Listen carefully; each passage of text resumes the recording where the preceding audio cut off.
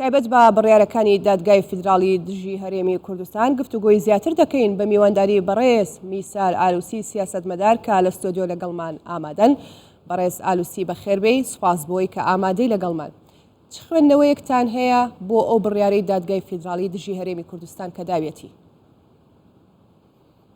مساء الخير. دوارەتان باش خاتونی بەڕێز، زۆر سوپاس.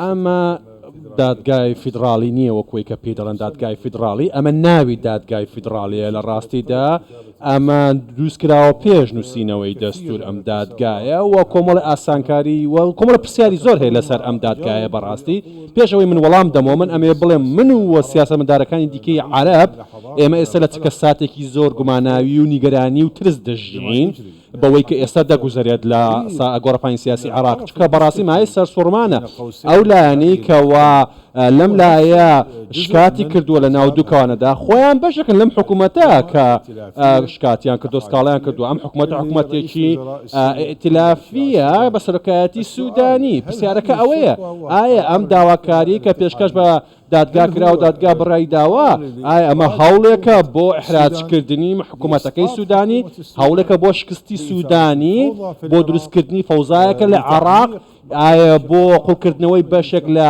ئەلێکترازانی زیاترە، بۆ دروستکردنی ئەلێکترازانی زیاترە، یا ئەوە تا دوورخستنەوەی هەرێمی کوردستانە؟ مابەست چییە لەم بڕیارە؟ لە ڕاستیدا من بۆ خۆم دڵتەنگم ئەم جۆرە بڕیارانە دەبینم. بەشێکی زۆری دیکەی سیاسەتمەدارانی دیکەش دیکەی عەرەبش بە هەمان شێوە نیگەرانن لەوەی کە ئێمە هەمیشە دەگەڕێنەوە چوارچێوەی یەکەم و خاڵی یەکەم.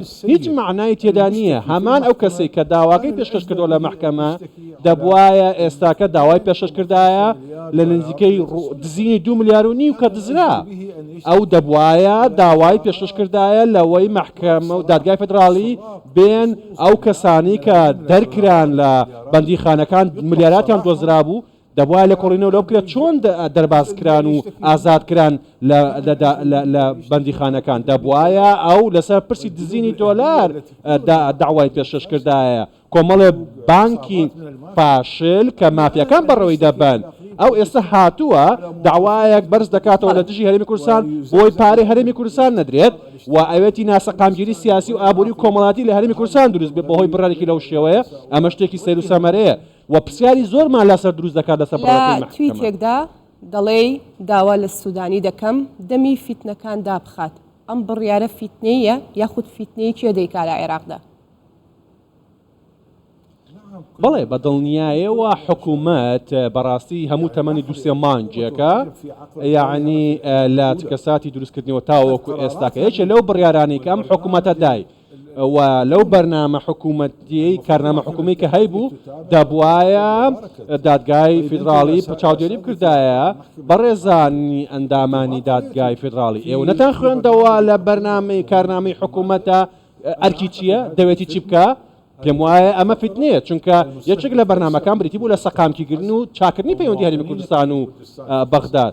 ئەمە تەنیا دژی هەرێمی کوردستان نییە، بەڵکو ئەمە دژی حکوومەتەکەی سوودانیشە. بۆیە من داوام لە سوودانی کردووە لەسەر بنەمای ئەوەی کە من لەگەڵ سیاسەتمەدارێکدا قسەم کردووە، لەگەڵ سیاسەتمەدارانی عەرەب قسەم کردووە، بۆی ئەبێ ئاگادار بێ سوودانی. ئەمە فیتنەیەکە دەیانەوێ شکست بە حکوومەتەکەی سوودانی بێنن و دەیانەوێ ئاسایش و ئارامی خەڵکی بەسرا و بەغدا و ئەنبار لەناو بن. ئەمە چییە؟ ئەمە پاڵپشتکردنی داعشە. ئەم جۆرە بڕیارانە پاڵپشتکردنی داعشەکانە. بۆ هەمیشە دەبێت هەرێمی کوردستان کارتەکە بێت بەدەست بەغداوە بەکاربهێنرێت. پرسیارەکە ئەوەیە. تەمەشا بکە ئێستاکە گوتارێک هەیە، گوتارێکی با بڵین فاشیانەیە. ئەمە شتێکی تازە نییە. ئەم گوتارەی کە ئێستاکە ئێمە دەیبیستن و دەیبینین دەبێت دانی پێدا بنێن کەوا دەیان کەناڵی تەلەڤیزیۆنی هەواڵی هەن کە پاڵپشتی لەلایەن هەمان لەلایەن وەلایەکانەوە پاڵپشتی دەکرێن، لەلایەن میلیشیاکانەوە پاڵپشتی دەکرێن. سونی و شیعان دەیانەوێت شکست دروست بکەن. ئەوان لە بەغداد دەدزن، لە بەسرا دەدزن و فشار دەکەنە سەر هەرێمی کوردستان.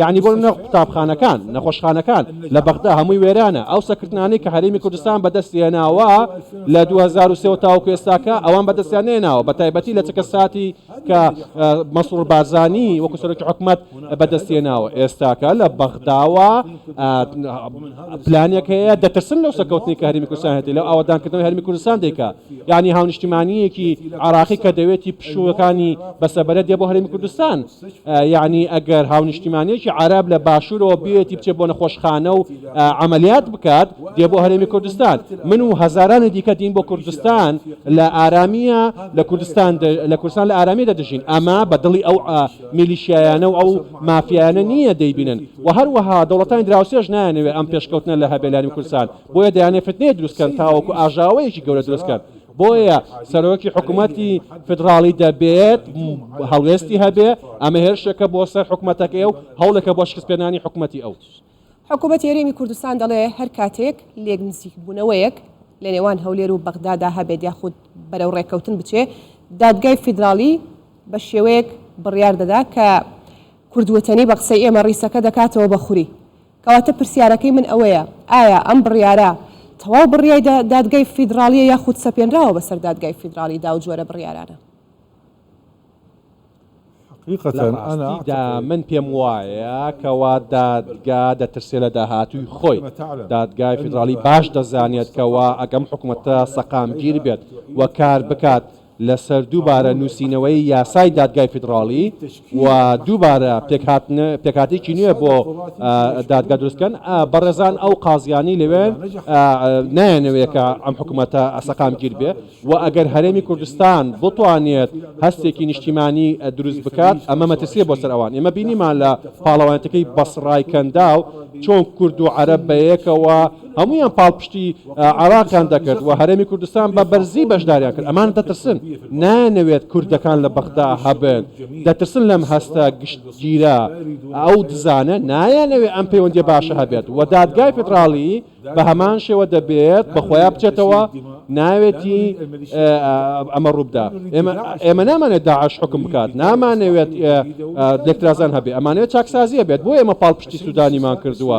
بەڕێز سوودانی ئێستاکە لە بەردەم دوو ڕێگەدا یا ئەوە تا کارنامەکەی خۆی جێبەجێ دەکات کەوا لەسەر بنەمایە بتمانی پێدرا یا ئەوە تا سەر دەکەون بەسەر سوودانی و حکوومەتەکەی سوودانی لە بەردەم تاقیکردنەوەیەکی قورسدایە زۆر بە کورتی وەڵامی بەرەو ئەمە قسەی تۆیە ئەو تاقیکردنەوە قورسە چییە؟ ئەو تاقیکردنە قورسەی لە بەردەم سوودانی ئەوەی ئایا ملکەز دەبێت بۆ میلیشیاکان ئایا ملکەز دەبێت بۆ ئەو مڕاهقانەکە لە سیاسەتدان ئێستا لە بەغدا ئایا یا ئەوە تا دێت و بەژەوندی گەلی عراق و نەتەوەی عراقی دەوێت ئێستاکە بەژەوندی نیشتیمانی عراقی دەخوازیێت کەوا سوودانی ڕوبەڕووی ئەم هەوڵانە بێتەوە یعنی حکوومەتی هەرێم بە پاڵنەرێکی زۆرەوە چوونە بۆ بەغا بەڕێز سەرۆکی هەرێم سەرۆکی حکوومەت هەوڵیان داوە چوونە بۆ بەغدا ناکرێت سوودانی ڕێگە بدا بەلایەنێک لە دەرەوەی یاسا بێت ئەم هەوڵانە لە ناو بەرێت ئەم لێک نزیک بوونەوەی لە ناو بەرێت چونکە وەکوەی کە بەڕێز سەرۆک بارزانی ئاماژەی پێدا ئەم محکەمەی شوبهان بەچی بەوەی کەوە ئەمە نیشتیمانی نییە دەستوری نییە ڕاستەکان لەمەدا و برارەکانیان بڕیارەکانی هەمان سەردەمی پێشوو مەترسیدار ئالوسی سیاسەتمەدار گەلێک سوپاس کە لەگەڵمان بووی. شكرا لكم.